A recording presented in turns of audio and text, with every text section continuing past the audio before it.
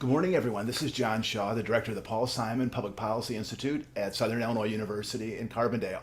Thanks for joining another installment of our series, Understanding Our New World. And today we're really delighted to be joined by a stellar novelist, an amazing biographer who has published a book that's become something of a sensation. It's called All the Frequent Troubles of Our Day, the story of an American woman at the heart of the German resistance to Hitler. We're joined by the author of that book, Rebecca Donner. Rebecca has a really interesting background. She grew up in Vancouver, Canada. She studied at the University of California, Berkeley, did graduate work at Columbia, has taught writing in a number of places, including Columbia, Barnard College, and Wesleyan University. She's published two novels and then also this book, which is a remarkable account of Mildred Harnock, who was her great aunt. Mildred grew up in Milwaukee, spent a lot of time in Germany, and was actually living there during the rise of Hitler. Rebecca's book has just gotten amazing reviews. One critic called it a stunning literary achievement. Another called it a tour de force of investigation, and yet another called it meticulous scholarship and sparkling narrative brio. It's won almost lots of awards, many citations as notable book of the year. It won the National Book Critics Circle Award for biography, and it also won this summer the Chautauqua Prize, which is quite a prestigious prize. And in the citation, they said that they talked about the book. They said, with dazzling prose and innovative storytelling, it reimagines history writing and frankly raises the bar for all future historians. It's a remarkable book, and we're delighted to have Rebecca join us, who's actually joining us from Berlin, where she is on a book tour. So we are really delighted she's going to spend some time with us. So I guess good afternoon, Rebecca in Berlin. Yes, thank you, John. It's wonderful to be here, and apologies for my stark background here. I'm at my hotel in Neukölln, and there's not even a potted plant to dress it up. So it will be very austere. But but anyway, we're not looking at the background. We're talking about my book. So. Right. Well, let's talk a little bit about your background, Rebecca. I mean, you grew up in Vancouver. Tell us a little bit about the journey from Vancouver to the University of California, Berkeley. I mean, was it from an early age were you focused on being a writer? I was focused from a very early age on being a writer. I learned to read very early and to write very early, and I always imagined that this would be my pursuit. And basically when my grandmother at the age of 16, when she gave me, when I was 16, Mildred's letters, and urged me to write a book about this subject one day, she knew that I wanted to be a writer. So I think she knew that I had ambitions to write a great, big, epic work. And she said, this is worthy of that kind of treatment.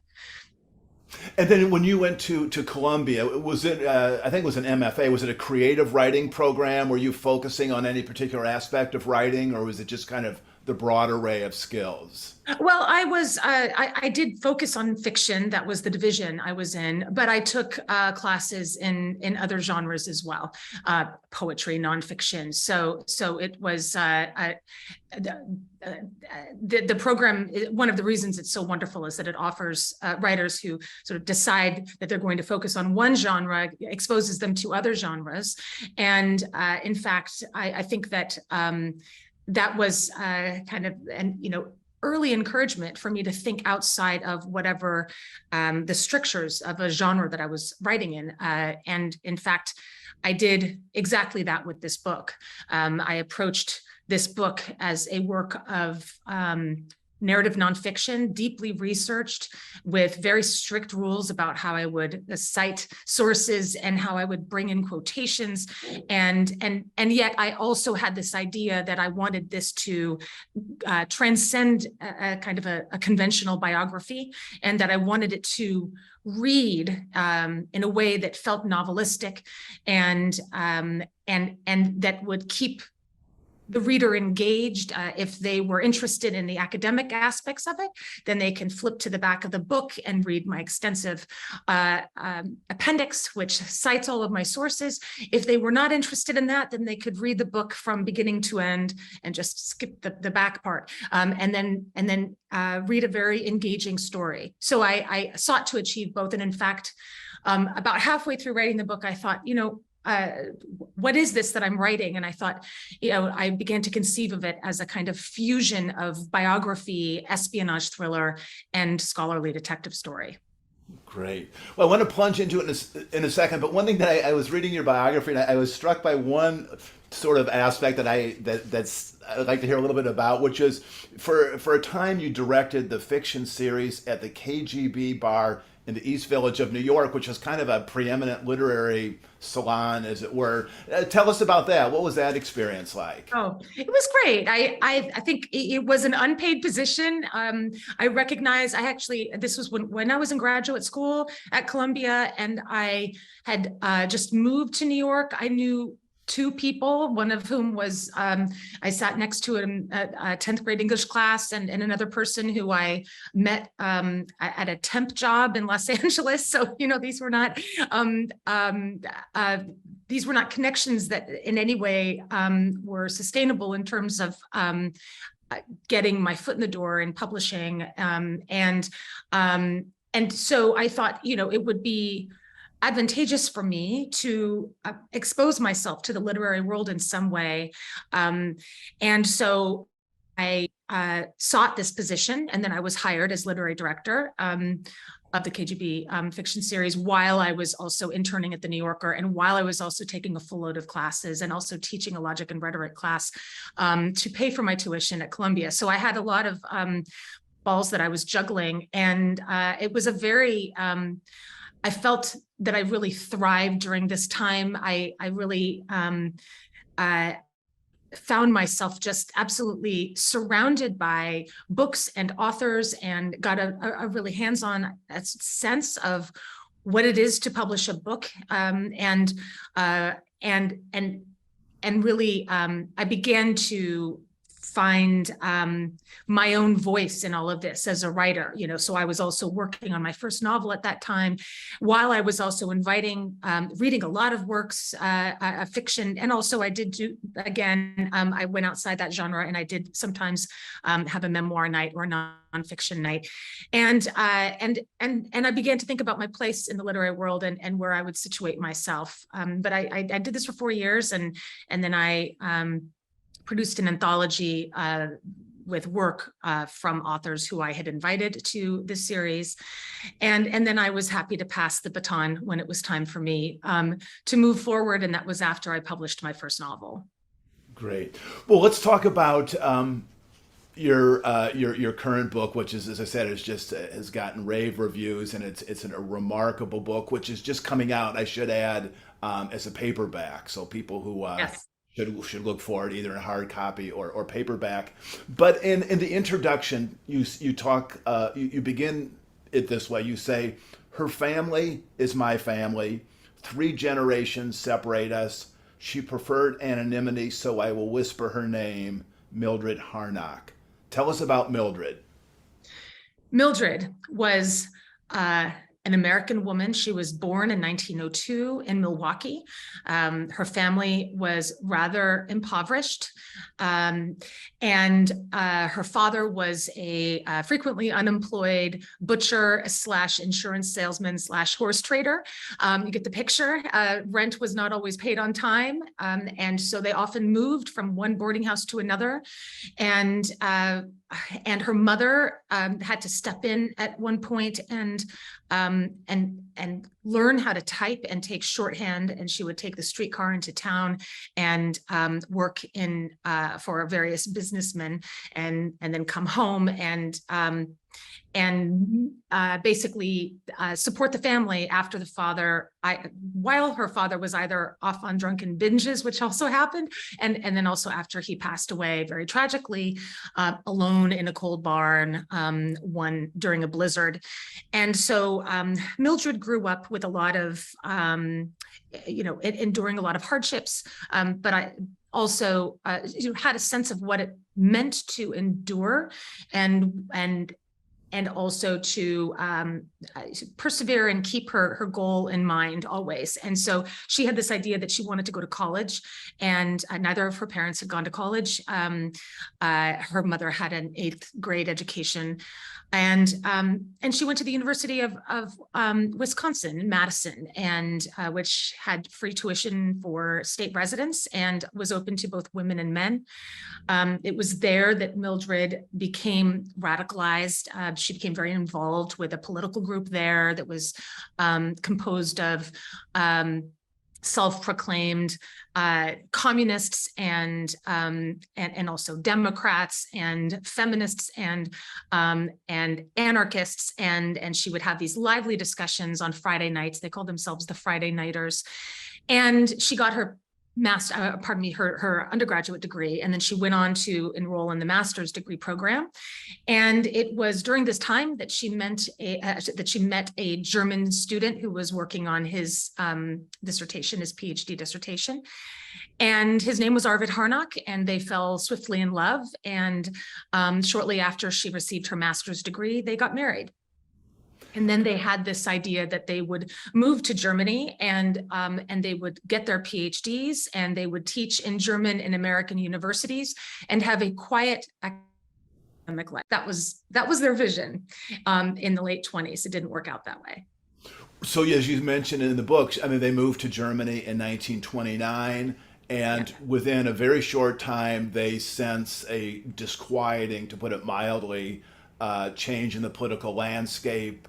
And the rise of Adolf Hitler. And one of the most powerful aspects of your book is reminding us that Hitler was not inevitable. I mean, for much of the 1920s, he was considered a marginal, almost comedic figure in Germany. And I want to read a couple sentences and have you play off it. You say, for years, Hitler had been dismissed as an amateur, a crackpot, a buffoon, a semi-literate fool with a Charlie Chaplin mustache.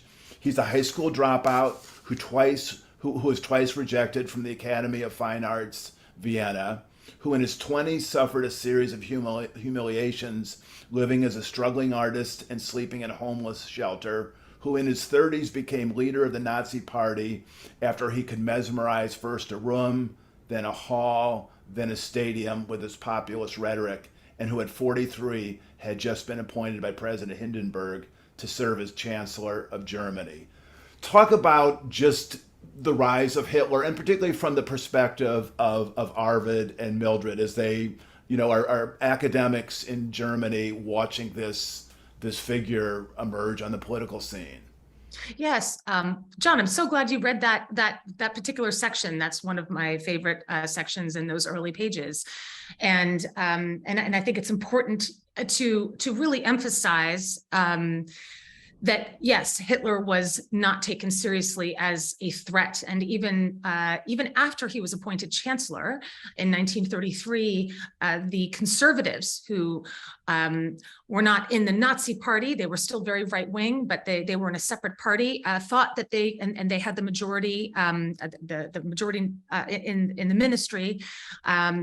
They thought they could control Hitler. And he was just given 2 ministers, and so they were very outnumbered by all of the other ministers who were affiliated with this other right-wing party, and yet it became clear that they could not control him. But just to back up before 1933 to 1929, when Mildred and Arvid crossed the Atlantic, and actually Arvid went a year before, and Mildred stayed to teach at Goucher College in Baltimore, and then joined him in 1929 in Berlin. And during this time, Germany was still a parliamentary democracy with a constitution, the Weimar Constitution, that guaranteed freedom of speech, freedom of the press, freedom to demonstrate in public squares and express opinions that ran counter to what the policies of President Paul von Hindenburg embraced. Regarding the press, in Berlin alone, there were 90 daily newspapers, and Mildred was just absolutely, she felt that she was in this thriving environment where she could get on the U-Bahn on her way to teach classes at the University of Berlin, and she would see this range of newspapers that people would read, everything from the far left to the far right and everything in between. And she wrote in letters to her mother, these were the letters that my grandmother gave me, about just how Berlin felt like it was infused with this kind of tremendous energy, but there was also artistic, and I go into this in my book about all of the different kind of artistic movements that were flourishing during that time, in film, in literature, and in music, and in the visual arts. And yet there was also this undercurrent of absolute economic devastation following the Treaty of Versailles in the First World War. And unemployment had reached this nadir, and Mildred at various points in the 20s, but when Mildred arrived, she saw these long lines of people who were unemployed, begging for food, or on strike, protesting poor working conditions in factories. And so she wrote to her mother about this too. And so there were both these kinds of dynamics, and there was this kind of a clash that she would witness when she would go to Opernplatz, and she would see outside the opera women in mink coats, with their diamonds glittering on their collarbones, and then she would see right juxtaposed right next to them beggars in rags. And so she did write to her mother about how she felt that Germany was, and I should note, and then during this time Hitler became sort of rapidly popular and experienced this kind of meteoric rise in his popularity. And so she wrote to her mother that she felt that many Germans were hiding their heads in the sand. I'm quoting her now, and basically didn't want to face what was going on. And so she saw the swastikas carved into benches and on banners and on posters. And so she was not hiding her head in the sand. She was very aware of the dynamics, and she and her husband began to think about, what they could do about this. Right. Well, as I said, the rise of Hitler is something that is just astonishing to read about. And you write vividly about this period where they passed, I think it's called the Enabling Act, which was a critical piece of legislation to legitimize what Hitler is doing. And you write, in a spectacle of cowardice and political opportunism, the politicians support Hitler and pass the new law. In 5 short paragraphs, it guts what remains of the Weimar Constitution and transforms Germany into a dictatorship. And it's done legally, not by armed revolution, not by bloody coup, but in an opera house among cherubs. Talk about that. Yes, well, and that is something that I have actually, this notion that Hitler came to power in the midst of this bloody coup, that is the assumption of a lot of people I have found, and I know this because they have written to me and have read my book and were surprised to learn this, that it all happened legally, and very quickly Germany progressed from a parliamentary democracy to a fascist dictatorship, and once that sort of engine began, or to use another metaphor, a kind of a snowball that just kept on getting bigger and bigger, or any number of metaphors to express the idea that it's seemingly one little thing that had happened legally. Hitler did, basically ask the Reichstag. I go into great detail the history that precedes this at a fast clip. So those who are familiar with this, and there are plenty of World War history people who have written to me, who have read everything about the subject, who were very happy to receive this kind of survey in the context of this larger story, and those who really weren't aware of the steps that were taken prior to Germany becoming a fascist dictatorship. But essentially, Hitler basically, after the Reichstag fire, said to the parliament, in now the new opera house, because or in the opera house, which was the new place for the Reichstag, Germany's parliament, to meet, because the former building had burned down, and there was a lot of controversy about that, about who did this, and was it the Nazis, or was it a communist, or was it some kind of other conspiracy? And I address this as well in my book.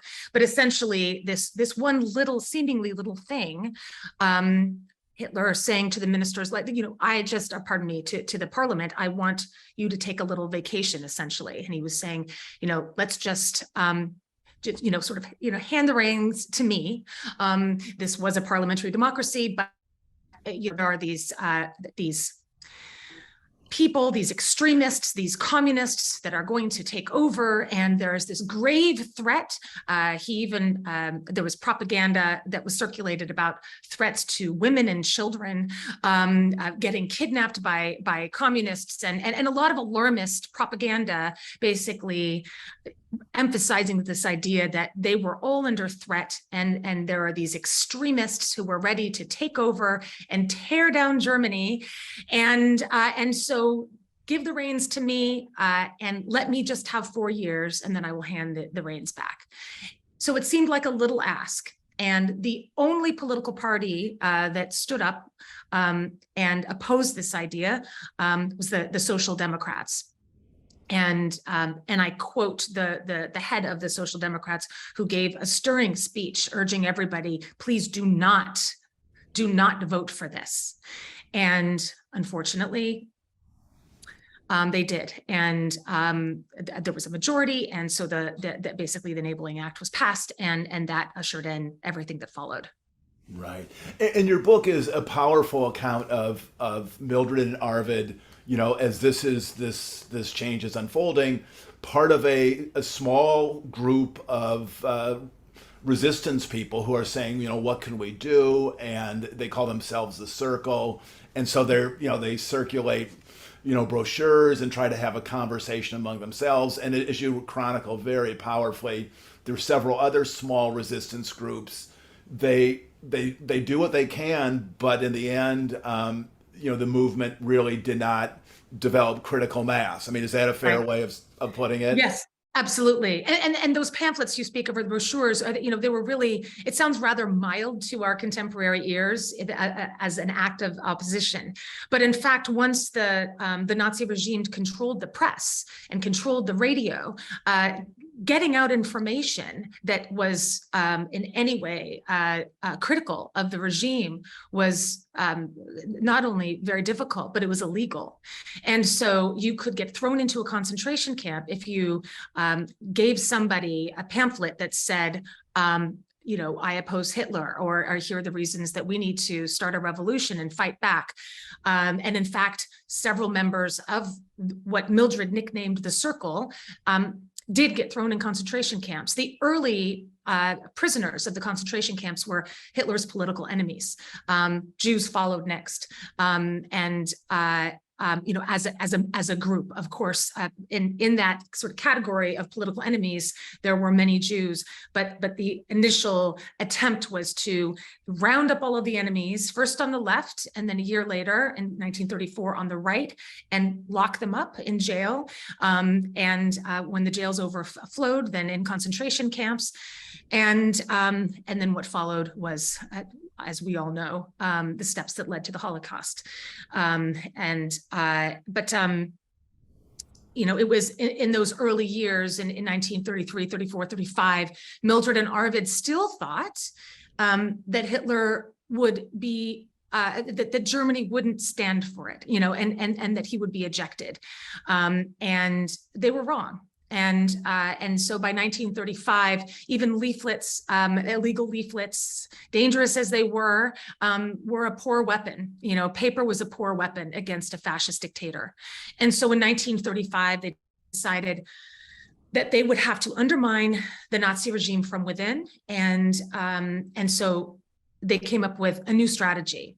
Arvid got a job at the Ministry of Economics, posing as a loyal Nazi so that he could obtain access to top secret files about Hitler's operational strategies and later military strategies.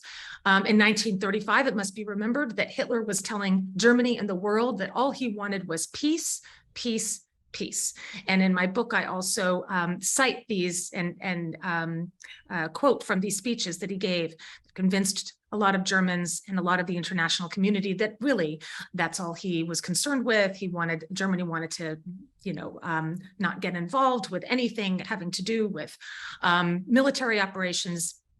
And one of the things that Arvid Harnock discovered in his role at the Ministry of Economics was that he was lying and that he was actually preparing for war. And so these documents, then basically both Mildred and Arvid participated in passing these documents and top secret information, either basically to Hitler's enemies. So this would be to Stalin, but also beginning in 1939, they passed this information to the Americans. And that's one of the aspects of my book in which I bring news to the subject of this particular group, which went on to be called the Rote Kapelle or the Red Orchestra. This was not a name they gave themselves. This was a name that that was given to them by the Abwehr, German intelligence. And I can get to that. I'm getting a little ahead of myself in terms of the chronology of the book. But during this time in the mid 30s to the late 30s, basically Mildred and Arvid were posing as loyal Nazis in order to obtain information from the ministries and then passing this information off to the United States and the Soviet Union. And Mildred also got a job basically as a literary scout so that she could travel to other countries with her American passport, which and then meet with members of the resistance outside of Germany. They had this idea, we can't stay within Germany, it's too limiting. We have to find allies outside of Germany who can help us undermine the Nazi regime. And her American passport was valuable because it enabled her to travel more freely during this time than her German co-conspirators could. Well, I don't want to give away too many details because I want everyone to read this book because it's amazing. But I want to touch on one of the most haunting aspects of the book, which is in 1937, Mildred comes back to the United States to see family. And she is a radically changed person. I mean, she is just shaken. She's, I think you say, twitchy. She's withdrawn. And I mean, her family doesn't really know what's going on. Some of them wonder if she's become a Nazi. But one of the questions I think as a reader, you're saying, please don't go back, stay here. But, it's clear that her life is back in Germany with her husband. And so she goes back and faces a very grim number of years. I mean, talk about that briefly, if you would. Yeah, I mean, it's very interesting that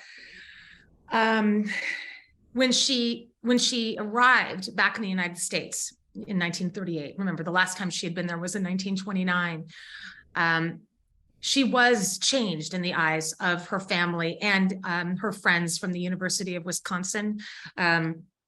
There was one friend of hers, sort of more of an acquaintance than a friend, by the name of Clara Leiser, and she wrote about this later.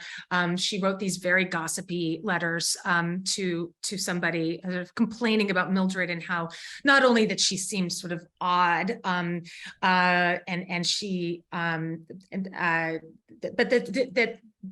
that part of that oddness had to do with this kind of secrecy and this what's the word I'm looking for? There was the old Mildred was gone. She used to be this charismatic, vivacious person, and now she seemed rather hardened and paranoid. And Clara Leiser, as well as other people at this party that Clara threw for Mildred, inviting friends from the University of Wisconsin. These friends later were interviewed and after the war, and they said, yes, we all thought that there was something peculiar about her. And somebody asked her, oh, well, I heard that you went to Russia. Can you tell me about that? And she said, we don't talk about that. And the person emerged and thought, I think she's gone Nazi. And this was indeed what her own family thought as well. Her eldest sister, who was my great grandmother, thought that Mildred had also gone Nazi. There was something that just seemed so changed about her and so constricted that it fit this idea of just, a very sort of regimented Nazi, with, supremely ironic, because she was, of course, risking her life to fight the Nazis, and whatever affect had changed in her, and her, whatever her behavior traits, whatever she was exhibiting was really just clearly, what she was exhibiting was what happens when you live in a fascist dictatorship and you're worried about your life all the time. And she knew that she was risking her life every single day. She was involved in this resistance group. And the only person who didn't seem to find Mildred off, sort of get this strange feeling and felt that there was something tremendously off-putting about her, was my own grandmother, who was Mildred's niece. And Jane, at the age of 21, decided, after Mildred left and went back to Berlin, she said to her mother, my great-grandmother, Mom, I want to follow in Mildred's footsteps. I want to go to Berlin and live with Arvid and Mildred. And her parents were appalled, and they said, you can't go. But then eventually she did. And so she witnessed firsthand what Germany was like during that time in 1938, and how Mildred and Arvid moved around during that time. And then that's a sort of a subplot in my biography of Mildred, which I won't go into in any more detail here because there's so much more to talk about. But that's also, she wrote letters back to her family, and she describing what Berlin was like during that time. And then she also fell in love with a German man whose name was Otto Donner. And anyway, that's my grandfather. So she ended up marrying her, much to her parents' great dismay, and then ended up getting sort of sucked into Germany and then trapped during the war, and some tragic things happened then and there. But to sort of get back to Mildred and what happened. I guess there's not much more I need to say about this, but essentially, yes, Mildred decided that she had to go back, and my family begged her, please don't go, and she did, and they just didn't understand it. Well, I want to talk about two other features of this. One is just how you assembled this book. Because your grandmother, Jane, played a critical role when you were, I think, 16. She had given you, as you'd mentioned, some of the maybe the last letters, of the remaining letters. Yeah. And that piqued your interest. And so, and I think you kind of promised yourself and your grandmother that at some point you would write this story. And then, as I understand it, maybe when you were in college, you had kind of explored, maybe you wrote a short story about Mildred. Yes. And then later decided, okay, no, I want this to be a full biography. Talk about, first of all, the letters and the short story, and then the transition to a biography. Well, I think that the letters, my grandmother photocopied them for me and put them in a file so that I could sort of carry them around with me. And so in a quite literal sense, I was carrying Mildred with me wherever I was going, both, to the University of Berkeley, and then I, stashed it on my bookshelf. And my last year, I took a creative writing class and with Maxine Hong Kingston, and she encouraged us to think about our personal backgrounds. And she also wrote about her family in her work. And so she was encouraging her students to do so as well. And so I thought, oh, maybe I'll write about Mildred. And so, yes, I did write a short story about her. And then I thought, well, there's so much more I want to do with this story, and so many questions I have. At that point, I wasn't working with that many pieces of evidence or data points, if you can think of it that way. And so I thought, I just need more. I need more input. I need more evidence. I need more input. And so, and already at that point, that's not a way that a fiction writer thinks about a story. You know, a fiction writer will think, I'll just use my imagination and fill in the blanks. And I thought, no. I had this sense even back then, this visceral sense that the power of the story is that it's true.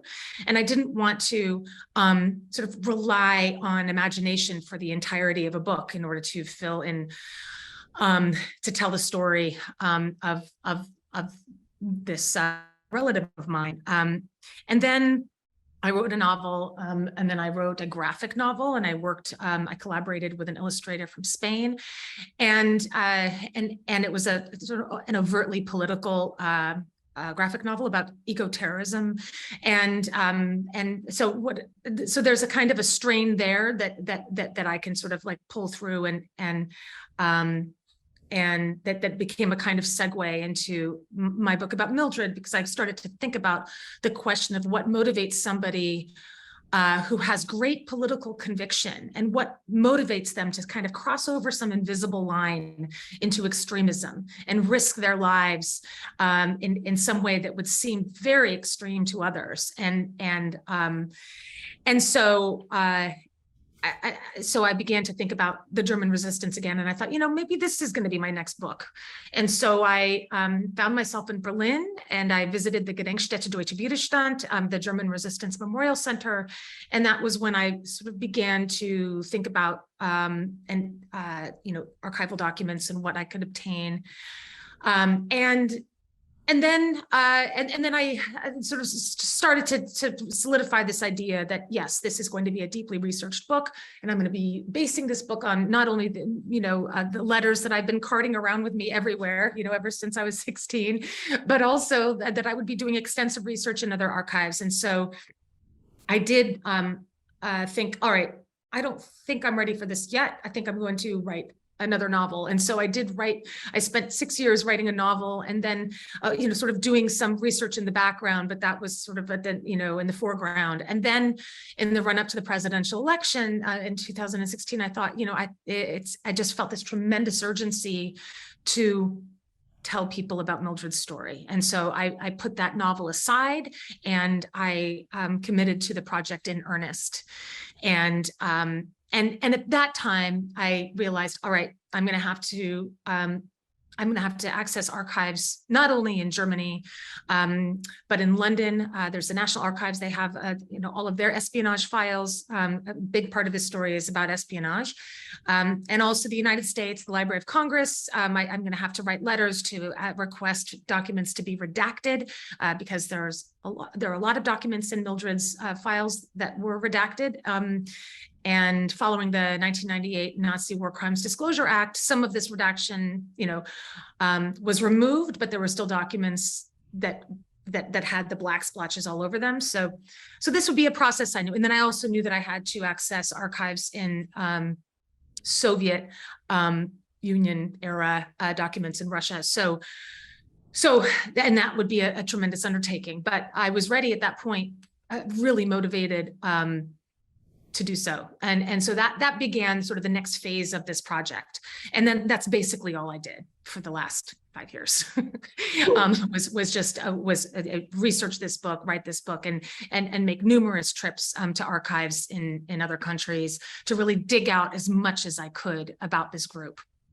Well, I mean, it has some amazing archival research, but one of the real breakthroughs is through your sleuthing, realized that there was a gentleman at the age of 89 who was living in Northern California, who not only had worked with Mildred, not only knew her, but had worked with her and collaborated. His father was an American diplomat. Tell us the story of Don Heath. Yes, I have a special spot in my heart for Don.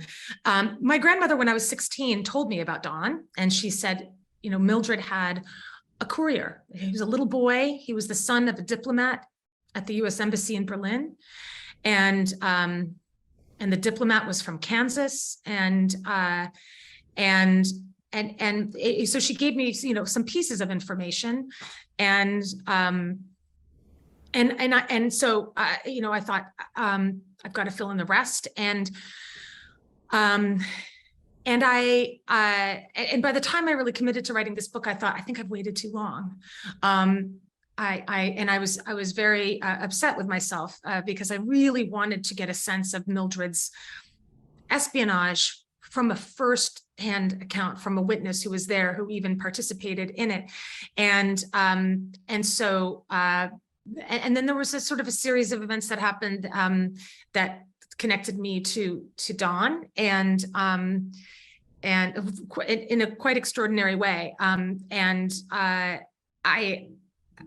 So I wasn't expecting to find him, and then I did.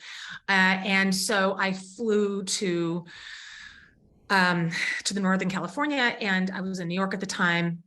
And I met with him, and he greeted me like family. He said, I used to call Mildred Aunt Mildred. And so, your family. And he and his wife welcomed me into their home, and I interviewed him extensively and asked him very specific questions about this espionage that he participated in. Which is as follows.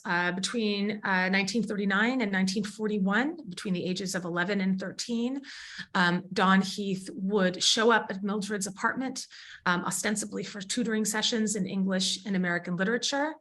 And she did indeed teach him and give him assignments. And I have all of, lists of the books that she gave him, and so forth. And then at the end of these lessons, she would slip a piece of paper into his knapsack, and then he would go back home. And he would always take a different route, both to and from Mildred's apartment. This was at the urging of his father, as well as Mildred. They also urged him not to speak to anybody. His father went so far as to say, make sure, you can look in the reflections of windows to see if somebody's following you. And Don described the routes he took. I mean, and later I went to Berlin and I retraced his steps just to make sure that they all added up to something, and he got himself to the destination that he said that he did, and they did. He talked about getting off sometimes at different U-Bahn stops, sometimes at the Berlin Zoo and S-Bahn stops, and sometimes he would get off and go to the KaDeWe, the department store, and sometimes go up the stairs and down the stairs, and go through different exits, and sometimes he would get off at and go up to the top of the American church and look around to see if anybody was following him. And in this way, he was kind of is sort of the hero of his own imaginative John le Carré spy novel, and the paper that was in his knapsack, more often than not, was basically the instructions on where the Heaths and the Harnocks would meet outside of Berlin, away from Gestapo surveillance. So it's not as if there were, these were papers from the ministry that he was carrying around in his knapsack. They were smarter than that. They knew that very confidential information had to be delivered orally. And so he described a lot of these activities that he participated in. And then he mentioned his mother's diary, and how he gave me all of these details about the cook, and who was French, and he couldn't pronounce mademoiselle, so he called her mamselle, and about the pastries she made. And when I would ask him pastries in wartime, how could she get butter? And he said, well, we could, because of course my father was a diplomat. And I said, well, can you tell me more about these pastries? And he said, well, some were shaped like stars and some like crescent moons. And those were the kinds of beautiful poetic details that I wove into the book. And then at the end of all of these interviews, he looked at me with tears in his eyes and said, well, Rebecca, now I can die. And a month later, he did. And it was crushing. I really wanted to be able to write this book and have him hold it in his hands. And at that point, I really had this sense that I had to expand upon this book, sort of like the scope that I had as a thought of had to be expanded. And I thought, now the American part of the story is I can say a lot more about it through Don, but I still wanted to fill in some blanks. And then a few months later, his family got in touch with me and said, we have 12 steamer trunks of documents. Do you want to take a look at them? And I said, of course I do. So I jumped on a plane again and I went out to California and in those trunks, among the documents and photographs and all of these, incredible treasures, were his mother's diaries. And so, and so I was able to corroborate so much, with those diaries and date books and also several unpublished memoirs. And so anyway, this was a wealth of information, and it really then again, the book, that part of the narrative expanded for me. So in my book, I have these sort of two parallel narratives. So I have the Don Heath narrative, the American in Germany, the family of the diplomat in the U.S. Embassy in Berlin and their involvement in the resistance. And then I have Mildred's parallel narrative. And then I basically go back in between these two parallel narratives and sort of, looking for transitions. That was one of the sort of moments of artistry in this book, and challenges was, how do I transition from one to the next in a kind of seamless way? And again, if this were a novel, I would just make up an elegant transition, but it's not a novel, so I would have to, just look at the evidence, the facts that I had, the documents that I had, and think about as a kind of an easy transition. Well, you touched on this briefly a bit ago, but in an interview you were asked, why this book, why now? And you said, I think we have a current urgent need for stories about resistance, especially with the rise of neo-Nazism here and abroad. Black and white newsreels about the Third Reich seem ancient to contemporary viewers, and I worry about people dismissing them as outdated and irrelevant. I wrote this biography in the present tense because I want readers to experience this period of history as if it were happening right now. Yeah. I guess two pieces of that. One, for students who are saying, okay, why is Hitler's Germany relevant to us now? And also, secondly, the technique of writing in the first person to just give this a real sense of events rushing by you as you read the pages. Yeah.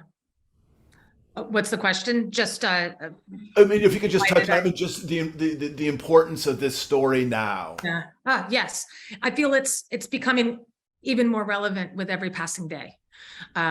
Sadly, when I felt this urgency back in 2016, I could not actually have imagined where we would be as a country right now.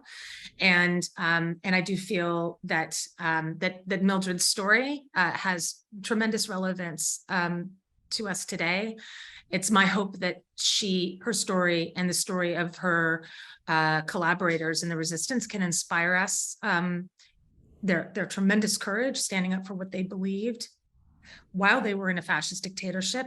And I also hope that people take away this idea of the fragility of democracy. I think we're starting to get a sense of that, and certainly as we approach the next election, I feel that recognition, I feel is starting to really be shared by more and more people. But I still think that Americans are, in some sense, doing what the Germans did back in 1929, and 1930, and 1931, and 1932, putting their heads in the sand, as Mildred described in her letter. Well, let's talk about just your kind of pioneering approach to biography, because there are, as you say, various conventions and strictures, and you are very clear in your interviews that there are some basic rules you need to adhere to. I mean, you've said several times you can't make stuff up. I mean, and when there are gaps in the evidence, you have to sometimes just say that I don't know. Right. Talk about just your approach to biography, and do you feel like maybe you are finding a way of kind of merging some of the disciplines of nonfiction with novelistic techniques that compel the reader to turn the page? Yes, absolutely. I think, yes, those rules I had to think about, when in Don's interviews, when he said Mildred said this or Mildred said that, and he's an 89-year-old man who's telling me about something that happened when he was 11. So of course this engages questions of that are I think are debated in this among historians, which is how do you know? I mean, obviously this is an imperfect recollection. He didn't have a tape recorder right there, so he can't. This is based on his understanding, his memory, his 11-year-old sort of reception of what was happening, what was being said to him, filtered through the years, and then remembered or misremembered when he's 89 years old. One of the reasons I wanted to look for his mother's diaries, just so I could corroborate as much as possible. This is the last, as far as I knew, the last surviving the person who had firsthand knowledge of Mildred's espionage and participated in it. But I didn't quite feel comfortable putting his recollections of the dialogue in quotation marks.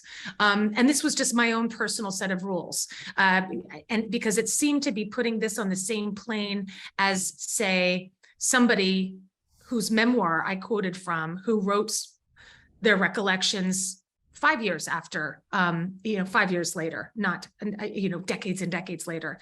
And so I thought I need to distinguish between these two types of, recollections. So this is why in my author's note, I say, anything between quotation marks is directly from a source, a published source, a memoir, a letter, a post-war testimonial, et cetera.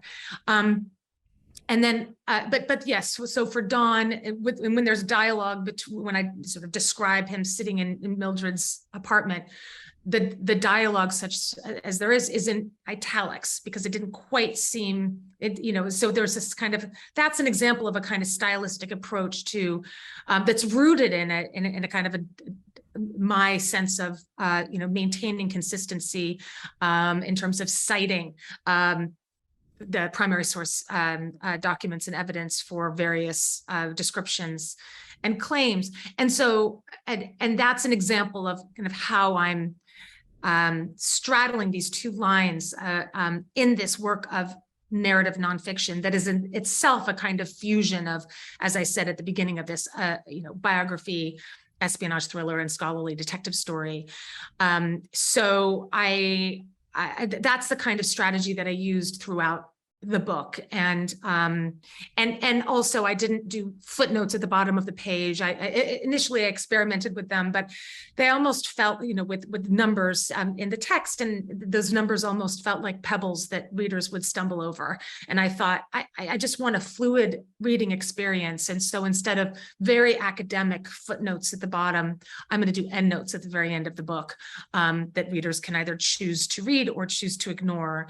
And so that makes for a more seamless reading experience and keeps readers turning the page. And then there's that sense that a novelist, that you look for as a novelist, which is to maintain a sense of narrative momentum in some way. It doesn't always have to be a ticking clock or something sort of that obvious, but there can be, it's a suspense that you introduce in very subtle ways or in very overt ways.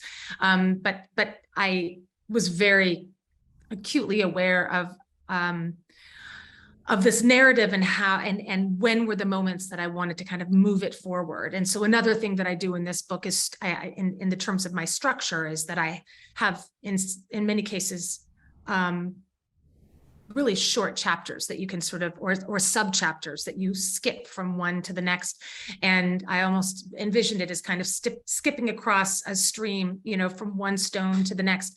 But sort of, again, sort of keeping that movement going, and you get these little, you get a small paragraph that's really jam-packed with information. And then there's something that you can digest it very quickly, or sort of take it in and then move on to the next, and then take that in and move on to the next, and sort of get your way across. And so anyway, these are some of the sort of, these are not conventional techniques for a biographer to use. And writing in the present tense, as you mentioned, John, yes, biographers don't usually write in the present tense. They write in the past tense. They talk about if somebody, has passed away, they don't write about the person as if they're right in front of you. But I felt that this was something that would enable me to kind of bring this history out of this dust-caked, sepia-toned past and bring it into the present, and put readers on the streets of Berlin with Mildred, and feel as if they were there. And in that way, I am also making a kind of argument, you could say, or at least,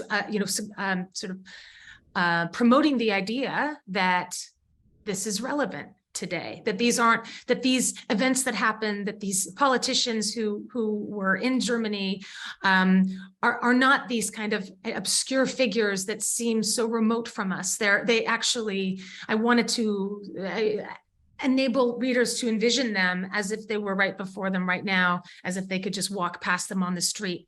And that's a way that I can make this history come alive and also feel very relevant to people today, and to enable readers to then kind of sit back and take a look at what's going on today and think about the lessons that we can learn from the past and how we proceed forward.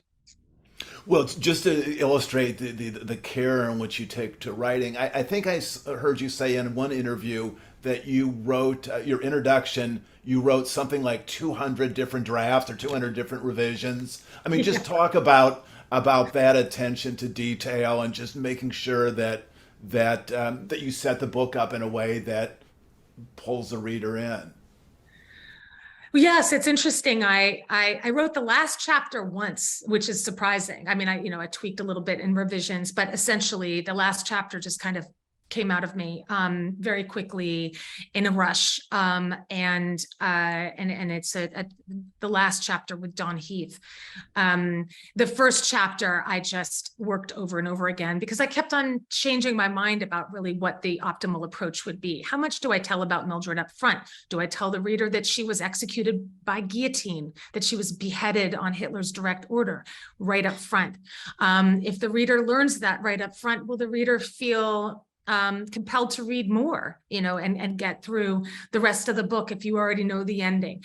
And so then I started thinking about what are the disadvantages of hiding this information until the moment in the narrative where I can reveal what happened to her, and the disadvantages that it can seem rather coy to hide this information, and also doesn't give the sense to the reader up front of really the importance of Mildred, and what she risked and what she lost. And so but I just kept on rewriting it. And then I was also, as I was rewriting, and this is really does attest to the fact that writing is rewriting. And as I'm rewriting, I'm also working out my own strategy and my own ideas. So it's about how I was going to, approach the rest of the book. So it was a very fruitful kind of exercise. But I started thinking, early on, editors who had looked at my proposal said, maybe you could incorporate your own story into this book and talk about your own, process of discovering Mildred, kind of like what I described, my grandmother giving me the letters and so forth. And now I'm at Berkeley, and now I'm in Columbia. And I thought, I have no place in this narrative. This is Mildred's story. And it felt almost presumptuous to put myself into her narrative. But I that introduction is the only place where I mentioned very briefly my relationship to Mildred. And I say 3 generations separate us. But yes, so these were all the kind of ideas that were swirling around me, and what began as maybe, I think that introduction was about 2 small paragraphs when I first wrote it. Then it just got bigger and bigger and bigger, and more complex and more robust. And then I finally started to, and every time I would do a full draft, then I would go, after doing numerous drafts of that first bit, and I would reach the end of the book, then I would go back after having gone through the whole book, and then I would sort of revise and fiddle with this again, and then work my way through, and then revise and fiddle. So yes, a lot of care went into thinking about how exactly to open this book and to invite readers into the book. Well, I mean, having been involved in a project of this scope and intensity, what's next? I mean, how do you transition to the next project? Well, I'm in Germany right now thinking about this very question. And I am doing some research in archives here while I'm also here promoting my book. And tomorrow is my first event. I'm actually going to be going to after Mildred taught at the University of Berlin.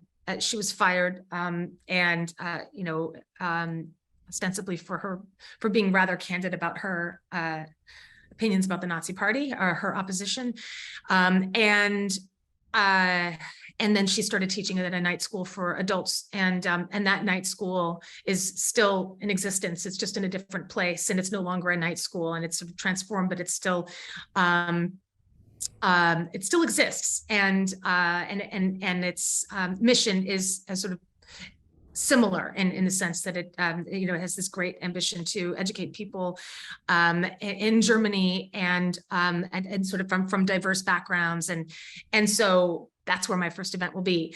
But in terms of my and how gratifying is that to introduce the students of that school to Mildred as her relative. But in terms of the next book, I decided that I would write about the resistance again. So I'm going to make a public announcement, pretty soon on Twitter. But the German resistance is something that is, tremendously fascinating to me. This idea of who steps up, and even when all conditions are unfavorable, and when it's very evident that you might die in really standing up for your beliefs, who are the people who say, I'm going to stand up anyway? That's endlessly fascinating to me. So I'm looking at another group, basically, who I'm also related to, again, in a not as direct way, a more peripheral way, but still, I have that kind of familial connection. So that's going to be the next book, and Random House will publish it. Thank you, Rebecca Donner, and thanks to all you for watching another edition of our series, Understanding Our New World. We'll have this video on our website soon. Thanks for supporting the Institute, keeping the memory of Paul Simon alive and well. Thanks so much.